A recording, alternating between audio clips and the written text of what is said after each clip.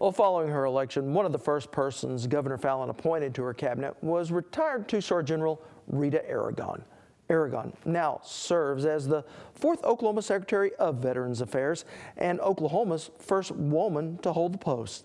She visited our studio to talk about some of the challenges our veterans now face. Madam Secretary, give us some idea of just the number of individuals, military individuals, that are going to be returning to our state. With the National Guard alone, there are over 3,000 that have been deployed for the last year. Most of those have returned home. But we have a constant turnover in those returning home with our 5 active duty installations. You also have the reserves. So when we talk about welcoming home troops at any given time, that's a moving target. But somewhere in the neighborhood of 4,000 to 5,000 this year will actually return from active duty in the Middle East sometime during this year. I would think that these people bring some very specific skills, but also some very valuable skills to the workplace.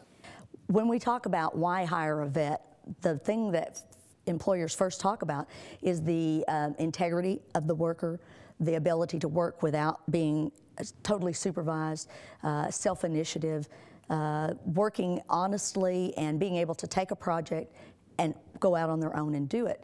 That's usually the first thing, but you're exactly right. A lot of the intrinsic attributes of a military person are what employers are looking for. Many of them do have great skills. We have a way now that we can actually track that, but that's very important to a lot of folks. And of course you have what we call additional duty skills.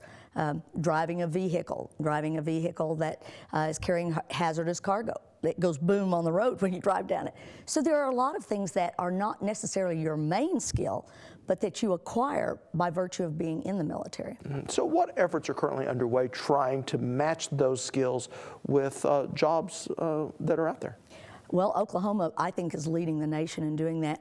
Between the career tech system, the Department of Commerce, the Guard and Employer Support, and with the actual universities around the state, we are looking at a way to bring those skills forward and to be able to convert them to licenses and certifications that will allow employers to be able to hire those veterans very quickly, or at least much more quickly than what we have in the past. And Madam Secretary, this is such a large effort.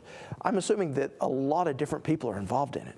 There really are. The Oklahoma Employment Security Commission, the OESC, Career Tech, obviously, and the folks from the Department of Commerce have put a strategic working group together to be able to outline and to formalize processes so that we can help those people coming back, not for a one-time event, not for a hiring fair, but for a process that will be ongoing, and Career Tech has really stepped up to do that, to be able to take our veterans one at a time and talk to them, tell them what their options are, how to get them registered and enrolled, and how to maximize the experience and expertise they already possess, and be able to convert that into some kind of certificate that can be used so that our employers in the state particularly, but we'll help them find a job wherever it is they want to go. And ultimately get jobs in private industry. Absolutely.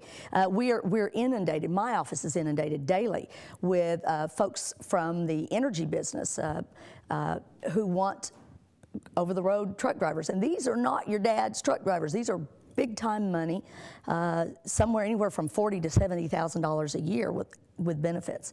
But there are also a number of other agencies and entities.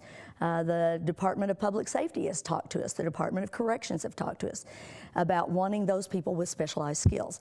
But all of the industry in Oklahoma has been exceptionally gracious with saying, you know, we want those kind of workers that we can depend on. And that's the job that we're trying to do right now, bringing in public and private enterprise as well as the state agencies to be able to have one central focus point so that we can help those folks find jobs more quickly. General Rita Aragon, thank you for being here. It's my pleasure. Thank you.